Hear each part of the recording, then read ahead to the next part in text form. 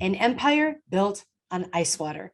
Hey, everybody, I'm Laurie Guest, and I just returned from a business trip through South Dakota, and I picked up an interesting tale about ice water, so I had to share. If you have ever driven across South Dakota on Route 90, you undoubtedly encountered at least some of the 333 billboards advertising for Wall Drug. I was so intrigued with their ability to turn this stop in the middle of nowhere into one of the world's most well-known attractions. I had to dig deeper and find out what we can learn for our businesses.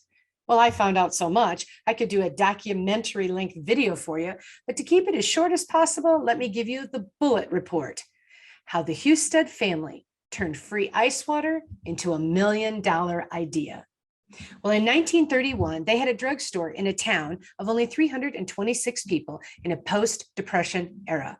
It was hot, miserable, and no sustainable business in sight. But in 1936, wife Dorothy got the idea to draw tired travelers to their drugstore using a bunch of signs out on the road with the promise of 5-cent coffee and free ice water, both of which are still available today. Well, after travelers took their free ice water, even if they didn't buy anything, they gave them hearty thanks. By the following summer, they had to add 5 employees to keep up with the sale of merchandise and food. Today, this site draws close to 20,000 people on a single summer day.